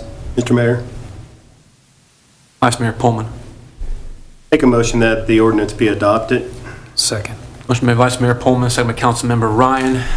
Discussion or comments on this one? Hearing none. Roll call, please. Pullman. Yes. Fear. Yes. Vaughn. Yes. Ryan. Yes. Nab. Yes. Brown. Yes. Moeller. Yes. Ordinance adopted 7-0. Go to agenda item number 21, second reading emergency ordinance, also involving civil service. An emergency ordinance provide for the submission to the electors of the City of Hamilton, Ohio, at the general election to be held on Tuesday, November 3rd, 2020, a proposed amendment to the city charter, the provisions of Article 10, Department of Civil Service, Section 10.03H, Civil Service Rules, as set forth full in this ordinance. Mr. Mayor, Councilmember Vaughn. I move the ordinance be adopted. Second. Motion by Councilmember Vaughn, second by Councilmember Fear. Discussion on this one? Hearing none. Roll call vote on 21. Pullman. Yes. Fear. Yes. Vaughn. Yes. Ryan. Yes. Nab. Yes. Brown. Yes. Moeller. Yes. Ordinance adopted 7-0. Now go to agenda item number 22, second reading emergency ordinance involving a new article, economic development. An emergency ordinance to provide for the submission to the electors of the City of Hamilton, Ohio, at the general election to be held on Tuesday, November 3rd, 2020, a proposed amendment to the city charter by establishing a new Article 11, Economic Development, as set forth full in this ordinance. Mr. Mayor, Councilmember Nab. I move the ordinance be adopted. Second. Motion by Councilmember Nab, second by Councilmember Fear. Any discussion on this one? Hearing none. Roll call, please. Pullman. Yes. Fear. Yes. Vaughn. Yes. Ryan. Yes. Nab. Yes. Brown. Yes. Moeller. Yes. Ordinance adopted 7-0. Now go to agenda item number 23, second reading of emergency ordinance involving fire force. An emergency ordinance to provide for the submission to the electors of the City of Hamilton, Ohio, at the general election to be held on Tuesday, November 3rd, 2020, a proposed amendment to the city charter, the provisions of Article 12, Section 12.03, relating to fire force, as set forth full in this ordinance. Mr. Mayor, Councilmember Fear. I move the ordinance be adopted. Second. Motion by Councilmember Fear, second by Councilmember Brown. Any discussion about this one? Mr. Mayor, Vice Mayor Pullman. I just want to thank the charter, again, the citizens that did this charter, and I'd like to thank Chief Mercer. I'm sorry, I'm just lost out here. Sorry about that, Mark. Chief Mercer and actually Tony Harris for some of the information that was provided to us, and Scott Scramese and everybody that worked on this. I know it's a tough one, and no matter how it goes, it's going to be tough either way, but I just wanted to thank everybody for getting us the information out there. Any other comments or discussion at this time? Hearing none, roll call, please. Pullman. Yes. Fear. Yes. Vaughn. Yes. Ryan. Yes. Nab. Yes. Brown. Yes. Moeller. Yes. Ordinance adopted, 7-0. Go to agenda item number 24, second reading of an emergency ordinance involving equal employment opportunity discrimination and related matters. An emergency ordinance provide for the submission to the electors of the City of Hamilton, Ohio, at the general election to be held on Tuesday, November 3rd, 2020, proposed amendment to the city charter, the provisions of Article 18, miscellaneous provisions, Section 18.10, equal employment opportunity, prohibiting discrimination, gender, as set forth full in this ordinance. Mr. Mayor, Councilmember Vaughn. I move the ordinance be adopted. Second. Motion by Councilmember Vaughn, second by Councilmember Fear. Discussion or comments on this one? Hearing none, roll call, please. Pullman. Yes. Fear. Yes. Vaughn. Yes. Ryan. Yes. Nab. Yes. Brown. Yes. Moeller. Yes. Ordinance adopted, 7-0. Now go to agenda item number 25, second reading of emergency ordinance involving some charter review commission provisions. An emergency ordinance provide for the submission to the electors of the City of Hamilton, Ohio, at the general election to be held on Tuesday, November 3rd, 2020, a proposed amendment to the city charter, the provisions of Article 18, miscellaneous provisions, Section 18.11, Charter Review Commission, as set forth full in this ordinance. Mr. Mayor, Councilmember Vaughn. I move the ordinance be adopted. Second. Motion by Councilmember Vaughn, second by Councilmember Ryan. Questions, comments, discussion on this one? Mr. Mayor, I'd just like to make a comment. Please do. Again, and Vice Mayor Pullman thanked everyone that served on the commission. The task that was in front of the citizens as they volunteered to work on this commission and were selected by council to do so takes place every 5 years. It can take place at the recommendation of council more often, but is up for review. And the work that's accomplished by our citizens and the challenges of updating our charter in the way our city is run and the business of our city isn't taken lightly. And the recommendations that are made by the Charter Review Commission in all of the work, the compelling reasons for change as the revisions take place. As Pat shared, the mayor shared, we've all studied these opportunities for selection in these past few weeks and understood what the recommendations were by the commission. So none of us have taken this lightly. This is the last of the ordinances that'll be voted on tonight that were presented by the Charter Review Commission. And again, I just wanted to recognize and thank them all for their work. Thank you, Mayor. Thank you. Any other comments? Roll call vote on this one, please. Pullman. Yes. Fear. Yes. Vaughn. Yes. Ryan. Yes. Nab. Yes. Brown. Yes. Moeller. Yes. Ordinance adopted, 7-0. I also want to take a second to thank the Charter Review Commission, Nick, who worked real hard on this, administration, and everyone who came up with these ideas that were presented to the Charter Review Commission. Of course, we want the voters to now research these that we passed on the Board of Elections, to listen to both sides, to research both sides, the pros and cons of each one. But I just want our citizens to remember that we were voting up here, and it's not easy to vote on these issues, but we're looking at future city councils, future city managers, future city administration, and guiding them. I believe we can all agree we got one great city team right now. So, new legislation, we go to agenda item number 26, first reading of an ordinance involving a conditional use and a self-storage facility. An ordinance approving a request for conditional use approval to expand an existing self-storage facility at 1010 Cleveland Avenue, located in an I-1 Limited Industrial Zoning District situated in the First Ward, City of Hamilton, Ohio. Okay. Agenda item number 27, first reading of an ordinance involving automotive service and minor repair businesses. In ordinance approving a request for a conditional use certificate to operate an automotive service and minor repair business at 3000 Dixie Highway, property zoned I-1 Limited Industrial Zoning District, situated in the 6th Ward, City of Hamilton, Ohio.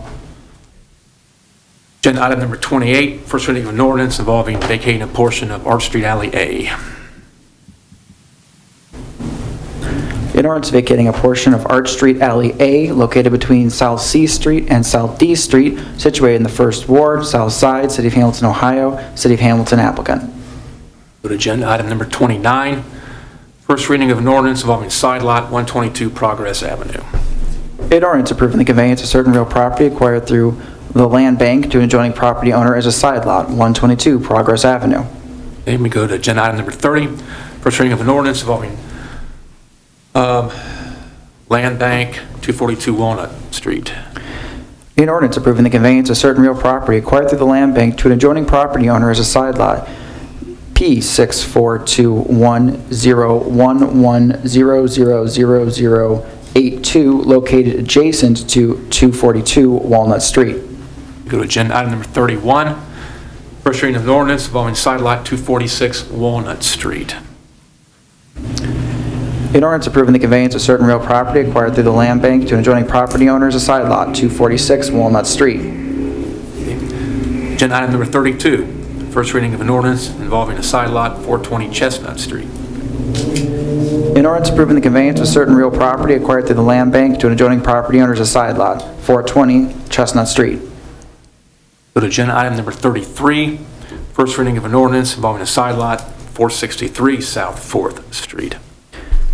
In ordinance approving the conveyance of certain real property located in the City of Hamilton's Ohio urban renewal area to an adjoining property owner as a side lot, 463 South 4th Street. We go to agenda item number 34, first reading of an ordinance involving 600 South McKinley Avenue. In ordinance approving the conveyance of certain real property acquired through the land bank to adjoining property owners as a side lot, 600 South McKinley Avenue. Agenda item number 35, first reading of an ordinance involving motor vehicles, recreational vehicles. An ordinance amending, supplementing Part 3, Traffic Code, repealing Section 3.01.20, Motor Vehicle, adding Section 301.301, Recreational Vehicle, and amending Section 301.51, Vehicle of Chapter 301, Definitions of the Codified Ordinances of the City of Hamilton, Ohio. Go to agenda item number 36, first reading of an ordinance involving parking of certain trucks and vehicles. An ordinance amending, supplementing Part 3, Traffic Code, Chapter 351, Parking Generally, Section 351.03, and Subsection A, Prohibited Standing or Parking Places, Section 351.03.1, Prohibited Standing and Parking of Certain Trucks and Buses and all semi-trailers and semi-tractors in a residence district, exceptions. Section 351.17, no parking of vehicles in yards, and Section 351.99A3, penalty of the codified ordinances of the City of Hamilton. Okay, thank you. We go to agenda item number 37, first reading of an ordinance involving junk and abandoned vehicles.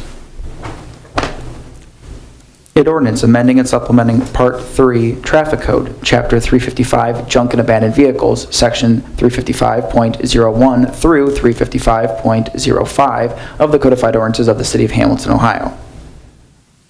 Go to agenda item number 38, first reading of an ordinance involving litter, junk motor vehicles, removal and impounding of vehicles.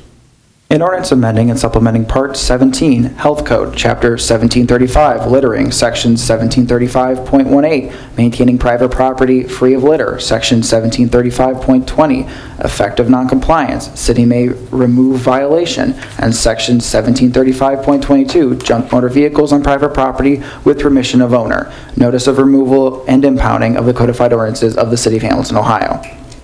Agenda item number 39, first reading of an ordinance involving license application requirements. An ordinance amending and supplementing Section 753.03 of Chapter 753 of the Codified Ordinances of the City of Hamilton, Ohio, regarding license application requirements. Agenda item number 40, first reading of an ordinance involving outdoor burning and refuse burning. An ordinance amending the Codified Ordinances of the City of Hamilton, Ohio, Part 15, Fire Prevention Code, relative to adding Section 1505.03, General Prohibition on Outdoor Burning and Refuge Burning. Okay, I'm going to take a break for a second. Chief Mercer, could you do me a favor? Yes, sir. I get asked almost daily about what fire is going to have in my backyard for recreation. Can you very briefly, for those who are listening and watching TV Hamilton, tell us what the status of that particular legislation is? I mean, what's it going to do? Sure. So I'm not sure the rest of council, but I get asked that quite a bit, and I just figured, what the heck? Let's put some education out now if we can. Mayor and Council, currently there's a lot of ambiguity. There's some changes in the state regulations on that type of recreational fire. With the change in the state regulations, we looked at what our common complaints were in the city. To be probably what drove this was some people burning waste, trash, plastic. So we looked at what can we do to make sure our residents are able to enjoy their property and enjoy it safely with respect to fire safety. So what the new ordinance will do will replace some things that have gone away, and it will limit the recreational fires to clean wood, not plastic, no garbage, no trash, no plastics, no animal waste, and it would be in a contained area, 15 feet from a property line and 25 feet away from an occupied structure or structure on the property. So yes, as long as it's contained, as long as it's not close to a building, we encourage that. The limitations on that are if the smoke is causing a problem. There are a lot of neighbors who may have medical conditions where that smoke blowing into their home is a problem for them. Certainly we need to kind of deconflict those problems as they come up. But sure, we encourage people to enjoy what they're doing, enjoy it safely. There's a height of the fire and a diameter limitation on it. Right off the top of my head, I won't misquote the upcoming ordinance, so give me the leeway on that. But it's not large bonfires, it's not brush piles, it's contained in their backyard, clean dry wood. Thank you. I'm sorry I kind of caught you off guard there. That's all right. Yeah. So, we've already had that first reading, is that correct, Mr. City Clerk? Already had that one read in, is that That is correct, Mr. Mayor. All right, 41, first reading of an ordinance involving 320 Main Street. An ordinance authorizing directing the city manager to execute a sale and development agreement, property conveyances, and related actions with Main Street Hamilton Apartments, LLC, relating to 320 Main Street, Hamilton, Ohio. Mr. Mayor. Yes. As a follow-up of audience of citizens, the people can reserve the right to speak before their agenda item is up on the agenda. Correct. And I have received 8 written notices about agenda item number 41 that I will read into the record. Please do, and I apologize for not letting you read them into them earlier, but this is probably a better time anyway. It's fine, now I've got a map. There you go. Okay, I'm going to read these in the order which I received, and like I said, they are all related to agenda item number 41, specifically this property. First one, Alice Sarber, ALTHEPAL67@gmail.com. Mr. Garukas, as I'm sure you are now inundated with emails regarding the property at 310 Main, I'll be brief. As long as the time as a resident of our city, I most emphatically support the preservation of any historic home such as this. While I have no idea the level of its deterioration, I can only imagine the price of restoration being worthy regardless. If, as I am told, a new apartment complex is to be built in this area, I would challenge your architects to create a space that includes this classic bungalow-style building as the main office and/or community area. Wishing you the best of luck in your decisions, Alice Sarber.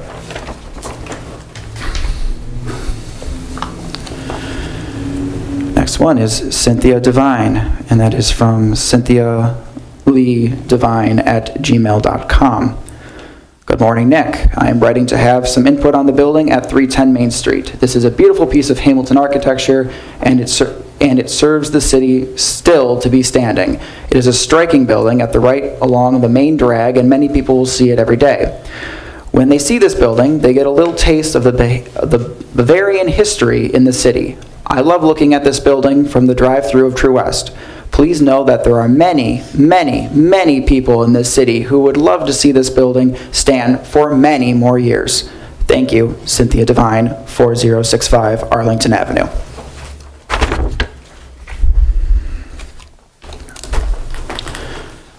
Carrie O'Neill. Carrie at o'neilldesigns.com. Hi, Nick. I'm writing in regards to the property at 310 Main Street. I heard today there are plans to build a 50-unit apartment building on that land. Hamilton has taken such pride and care of their historic architecture and buildings. I'd hate to see us turn our backs on the value of preservation and history. Please reconsider not tearing down the property at 310 Main Street. I think it will diminish the charm of Main Street and reduce property values. Sincerely, Carrie O'Neill.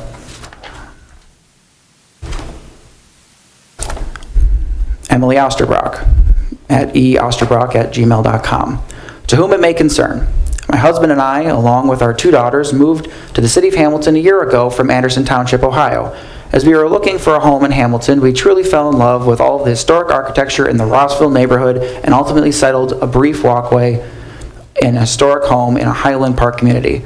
I was elated to be moving from suburbia with mass-produced houses to a community filled with unique and thoughtfully constructed homes and buildings.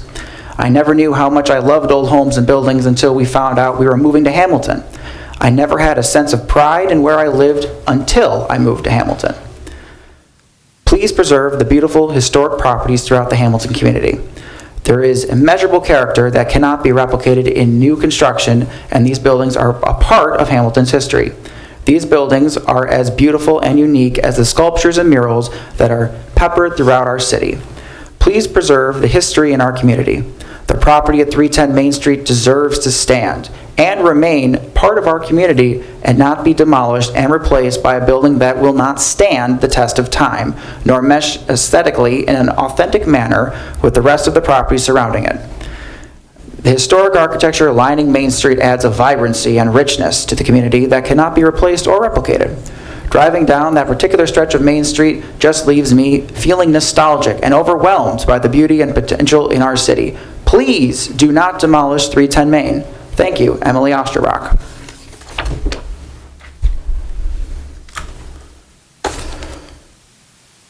Ashley Hetrick, ahetrick87@gmail.com.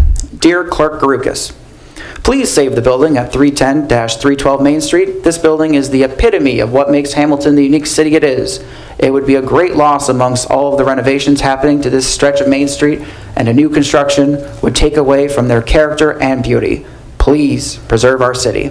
Ashley Hetrick.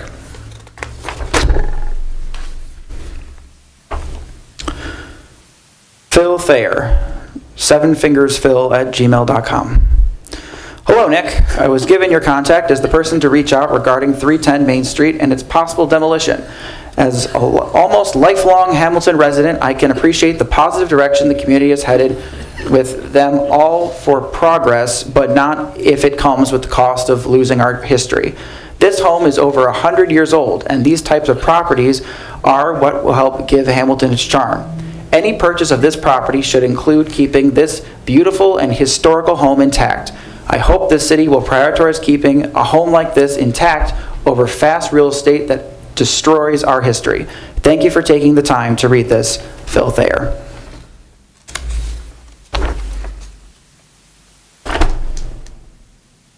Christopher Osterbrock, Pastor Christopher Osterbrock at gmail.com.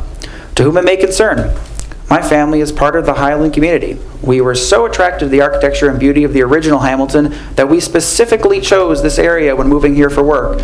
The historic buildings in the community currently developing and restoring our areas. The new traffic plans are all important to us. New development has its place, but not at the risk of destroying historic Hamilton, impairing the current traffic flow and infrastructure, or diminishing the community seeking to help 17 Strong fight for neighborhood pride and ownership. Taking away historic building and adding another apartment complex seems to be at odds with everything else we are working towards in our community. Perhaps there are other options for renovation, restoration, etc. We certainly have nothing against growth and beautification of our neighborhood. Are there other areas for this new structure or different ways to utilize what is already present? Thanks for your time and reading, and especially the opportunity to provide community input. We believe in Hamilton. Christopher E. Osterbrock, Associate Pastor, First Baptist Church of Hamilton, 1501 Pyramid Hill Boulevard, Hamilton, Ohio, 45013. Angie Wirtz. Angie Wirtz at yahoo.com. Hello, Mr. Grukas. I'm writing to talk about the property that is at 310 Main Street in hopes that there is a way it could be saved, maybe added onto or repurposed. I've lived in Hamilton my whole life, and I have a deep appreciation for architecture and homes. What makes Hamilton special is its heart and its people. Part of that heart is our history, and the buildings we have added so much character to our city. I think it would be a shame to tear something so beautiful down if there were any way at all to preserve it for use and keep it as a historical piece of our beautiful city. Please consider all options as you move forward with your plans, and know that the people of Hamilton hold our history and buildings high. We loom forward to change and the reinvigoration of our city. But let's remember what made this place and the people want to spend time in: its charm and personality. Thank you, Angie Wirtz. And that is the last letter, Mr. Mayor. Thank you for reading those into the record. I'm sure those who prepared them want all of us to hear their. Okay, we now go to agenda item, I believe, 42. First reading of an emergency ordinance involving some bonds. An emergency ordinance authorizing the issuance of taxable economic development refund revenue bonds, Series 2020, the City of Hamilton, Ohio, in the maximum principal amount of $31,900,000 to provide the funds for the purpose of refinancing costs of various capital improvements to the Champion Mills site project and financing grants to acquire, rehabilitate, improve, and develop other real property within the city, providing for the pledge of revenues for the payment of such bonds, authorizing a certificate of award, a bond purchase agreement, an escrow agreement, an official statement, a continuing disclosure agreement, and authorizing other actions in connection with the issuance of such bonds and declaring an emergency. Go to agenda item number 43. Readings of an ordinance involving Origin Venture LLC. An ordinance authorizing and directing the sale of property to Origin Venture LLC, Origin Venture, relative to certain property located at Hamilton Enterprise Park. Mr. Mayor, Councilmember Nab. I move that the rules be suspended and said ordinance be read a second time by its title. Second. By Councilmember Nab, second by Councilmember Vaughn. Roll call vote on that motion, please. Pullman. Yes. Fear. Yes. Vaughn. Yes. Ryan. Yes. Nab. Yes. Brown. Yes. Moeller. Yes. Motion adopted, 7-0. Second reading of that ordinance, please. An ordinance authorizing and directing the sale of property to Origin Venture LLC, Origin Venture, relative to certain property located in Hamilton Enterprise Park. Mr. Mayor, Councilmember I Nab. move the ordinance be adopted. Second. Motion by Councilmember Nab, second by Councilmember Vaughn. Discussion on this one. Hearing none, roll call, please. Pullman. Yes. Fear. Yes. Vaughn. Yes. Ryan. Yes. Nab. Yes. Brown. Yes. Moeller. Yes. Ordinance adopted, 7-0. Thank you. We go to agenda item number 44, two readings of an ordinance involving supplemental appropriations. An ordinance making supplemental appropriations for current expenses and other expenditures of the City of Hamilton during the fiscal year ending December 31st, 2020. Mr. Mayor, Councilmember Vaughn. I move the rules be suspended and said ordinance be read a second time by its title. Second. Motion by Councilmember Vaughn, second by Vice Mayor Pullman. Roll call vote on that, please. Pullman. Yes. Fear. Yes. Vaughn. Yes. Ryan. Yes. Nab. Yes. Brown. Yes. Moeller. Yes. Motion adopted, 7-0. Second reading of the ordinance, please. An ordinance making supplemental appropriations for current expenses and other expenditures of the City of Hamilton during the fiscal year ending December 31st, 2020. Mr. Mayor, Councilmember Vaughn. I move the ordinance be adopted. Second. Councilmember Vaughn, second by Vice Mayor Pullman. Questions, comments on this one? Hearing none, roll call, please. Pullman. Yes. Fear. Yes. Vaughn. Yes. Ryan. Yes. Nab. Yes. Brown. Yes. Moeller. Yes. Ordinance adopted 7-0. Agenda item number 45, a resolution involving the Justice Assistant Grant funds. A resolution ratifying and approving the execution of an interlocal agreement and authorizing the police department to apply for funding for fiscal year 2020 Justice Assistant Grant, JAG, to be used for law enforcement purposes and accepting said grant funds. Mr. Mayor, Vice Mayor Pullman. make a motion that the resolution be adopted. Second. Vice Mayor Pullman, second by Councilmember Brown. Discussions on this one? Hearing none, roll call, please. Pullman. Yes. Fear. Yes. Vaughn. Yes. Ryan. Yes. Nab. Yes. Brown. Yes. Moeller. Yes. Resolution adopted 7-0. Go to agenda item number 46, resolution involving supporting the passage of Flexibility for States and Localities Act. A resolution supporting and advocating for the passage of H.R. 7094, Flexibility for States and Localities Act. Mr. Mayor, Councilmember Vaughn. I move the resolution be adopted. Second. Motion by Councilmember Vaughn, second by Councilmember Nab. The intent of this particular legislation prepared by Representative Davidson is that so CARES Act monies can be used for some budgetary shortfalls for local government.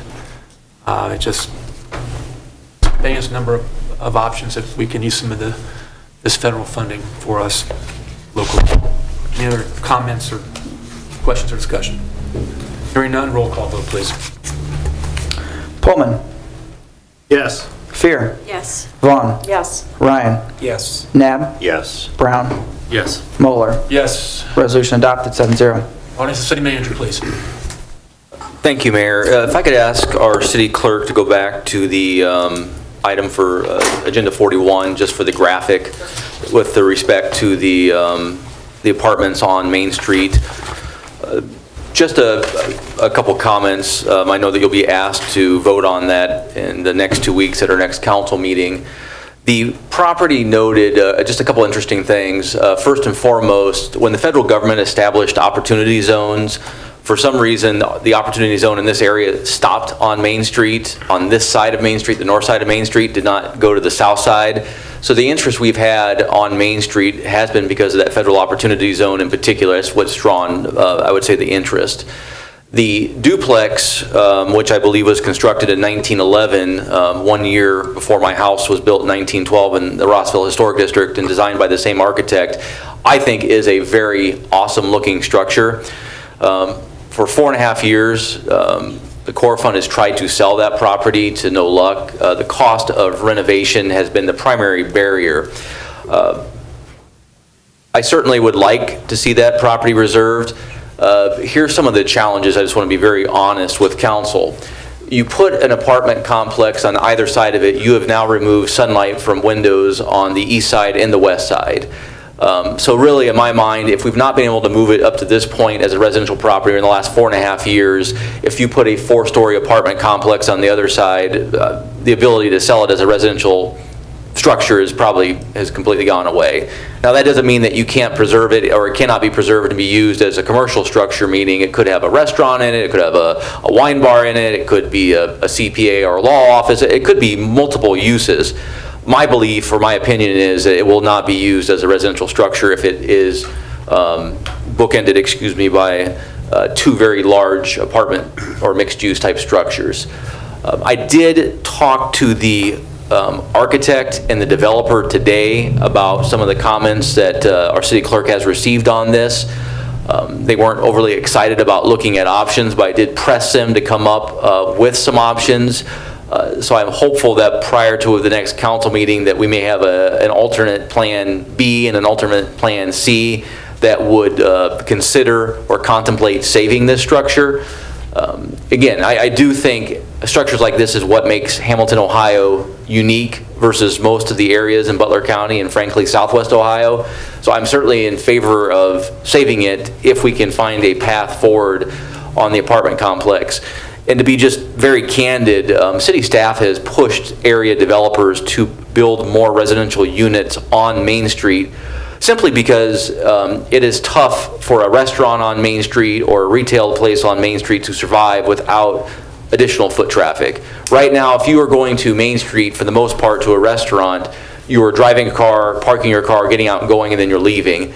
To have residential density in the Main Street area is important, at least to me it's important.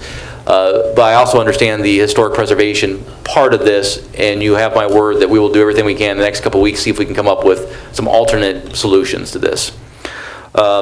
Second item tonight is Jim Logan's last council meeting with us. He is leaving a week from this Friday.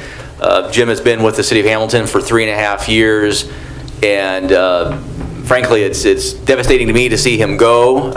I cannot blame him in the opportunity that he's received in Charleston, South Carolina, but I just wanted to personally thank Jim for his time with the city. He has done an absolute tremendous job, has been a true asset to this community, and I wish him nothing but the best in his new job in Charleston, South Carolina.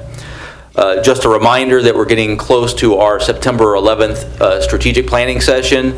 I have concluded meeting with the business community, Core Fund, Hamilton Community Foundation, Chamber of Commerce. I feel very good with where we're at, and I think we're going to have a very good session on September 11th, so I'm truly looking forward to that. Finally, I'll be working with Chairman Knapp and getting the Finance Committee meeting scheduled so we can go through the budget. I would like to get several scheduled in October and November to give us time to go through all the different funds prior to council reviewing the budget formally at a council meeting. So we'll spend some quality time at the Finance Committee level going through that. Dave Jones did a nice job presenting our position. I think we've been very fortunate so far that we've been able to weather the COVID storm, if you will, I think better than many communities and many cities have. But really, in my mind, it's about rallying around our business community and making sure that we can keep them solvent and moving forward as this crisis hopefully passes us sometime in the next couple months. Thank you. Mr. Mayor, may I ask the Please. city manager something? Going back to the property on Main Street, there was a couple that did try, correct me if I'm wrong, it isn't like it's just been sitting there that you've been trying to get people interested in. Wasn't there one or two people that were interested, and the more they got in and tried to do work, the more issues they found within it, and it just, I mean, they had to walk away because of all the issues internally, is that correct? I would say basically yes. I mean, there's been many different people that have taken a run at trying to do this project, but typically when they went through the estimating phase of what it would take to do various pieces of that, I think they figured the budget was just getting too high and they walked away. I think that there's certainly a place for it. I think it could be used. I think it's going to be better suited for commercial use. Again, if you don't want to be in a house or a residential unit and literally look out a window on either side and be staring at the wall of a large complex on either side of you. But I do think that it could be used for a commercial use. I think it could be a successful commercial use. Obviously, Main Street is challenged with parking and some other considerations, so it's going to take some creative thinking on how we could do this. But I think certainly it's worth the effort of trying to find an alternative plan to see how we can keep this property. I mean, it's very similar to the former Davidson Law Firm building that sits in the shadow of the Markham Apartments, which again, it's challenging because it's expensive to rehab, but we've had several people look at that one also, and I'm hoping that we're actually getting closer on finding a good agreement with that so we can move that property forward also. Thank you. Regarding that 320 Main Street, I do believe, and I thank you, Mr. City Manager, because I think if there's a creative way to incorporate that into the development, it's, again, your team and your people who've got the ideas, and there's going to be some kind of solution, and I know there'll be great effort put into the whole project. Regarding Mr. Logan real quick, you've been a great addition to the city. I mean, you're such a smart guy, engineer, good customer service skills. He cares about his co-workers. I know he delivered food to these guys working at various utility issues late at night. I mean, but you earned where you're going right now. I mean, you definitely earned where you're going, and it's going to be our loss, but you know where Hamilton is, and we'll take you back. No, thank you, Jim Logan. I'm not kidding you. Thank you, Mayor Moore and members of council. It's been a really exciting 3 years for me. And it's been a real honor and privilege to serve in a public community, especially one that has residents that care so much about the community. gave me a lot of trust. I think we achieved a lot together. And so thank you for everything you've done for me, for this community. And I really do look forward to coming back and seeing all the progress. We've got the playbook. We just need to keep executing. But thank you so much. Good luck. Audience of council? Anybody have anything? Mayor, Please. when we were going through some of the resolutions here, I couldn't help but think of George McNally, because item 37 and 38, the junk, abandoned vehicles, and litter, is what got George McNally to start the Ordinance Review Committee 19 years ago. And it's taken us quite a while to get here, but I think that George is probably smiling or cussing, saying what took so long or whatever. But I just want to acknowledge that he is the one that got this started. Mr. Mayor, and as Carla and I also recognized all of the work and all the activity that's gone into the abandonment and the discarded and the, if you will, the unsightliness of vehicles and things that have gone on. So again, it's rewarding to see those resolutions. Yeah, it is. I also wanted to remind our citizens that last Friday, or August the 7th, was the final date for submission for streets that all of you wish to have repaired. There's a lot of activity on social media that is looking forward to the streets that will be decided on after all the submissions that were in your utility bills, the written submissions to the city administration, all of those opportunities to present streets that might have potential in the future. The streets levy funding actually kicks in January 1st of 2021. So we're looking forward to the opportunity to start the progress as High Street between Martin Luther King and the main High Bridge through Monument Avenue has been now under a state project to be completed. Main Street and Eaton Avenue and Grand Avenue, all of those streets that are under repair right now have been decided over the last couple of years, and people are looking at the future and saying we're being put out a little bit now in the way the traffic is running, but give it another year for completion dates on our major routes, and then you'll see the neighborhood streets that are, in addition to Highland Park now, that's being completed, and all of those roadways that lead to your homes and things. So we appreciate the emails, the trust that you have in us, the trust that you confided in voting toward the street levy, and then the opportunity over the next 10 years to be able to site the streets on purpose that will be paved and move along in the process. And again, that 10-year levy was voted on with the sunshine to be able to take a look at it as we progress toward year 10 and its worthiness to what it's going to be in the future. As Jim Logan just said, he's going to come back and measure up all the scoring that's been in the playbook now, and we hope that we're hitting home runs for a long time. Thanks very much. Anyone else? That's when, Carl, you and I both worked with George McNally, correct? We did. I swear his ghost is still here and over the old municipal building. I'm not sure if things are missing, but I know that George is here. Board of Elections still needs volunteers for the November election. I learned something Saturday morning that 1/3 of those who volunteered at the last election was over 60 years old, which is the vulnerable age, I guess, for COVID-19. So if we don't have a whole lot of Board of Election volunteers, it's going to be a mess on November the 3rd. Census, those numbers are still important to us, and I think they're still accepting census through August. I could be wrong, but those numbers are important to us. Anyone else have anything you want to say at this time before I ask if we go into executive session? Is that correct, Mr. City Manager? Yes, sir. Okay. For what stated purposes, sir? I'm requesting City Council go to executive session tonight for 2 items. The first is to consider an application for economic development, and the second item is to consider the purchase of property if premature disclosure of information would give an unfair competitive advantage.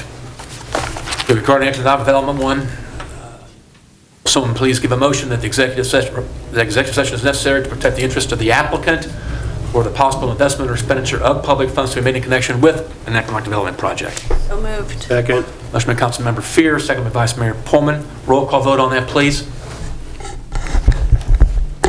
Pullman, Yes. Fear, Yes. Vaughn, Yes. Ryan, Yes. Nab, Yes. Brown, Yes. Moeller. Yes. Motion adopted 7-0. I'll accept the motion to go in executive session for those stated purposes by the city manager. So moved. Second. Motion by Councilmember Fear, seconded by Councilmember Ryan. Roll call vote on that motion, please. Pullman, Yes. Fear, Yes. Vaughn, Yes. Ryan, Yes. Nab, Yes. Brown, Yes. Moeller. Yes.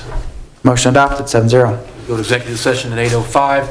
We'll come out of executive session only to adjourn the meeting. Executive session is upstairs, is that correct, Mr. City Manager? I think we can actually do it right here. Can we? Yeah. We did it last time, that's good. Okay, Steve. Thank you, TV Hamilton, and Well, can we let him clear out first clear, this time? absolutely. Yeah, Tim, clear out. You got stuck last time.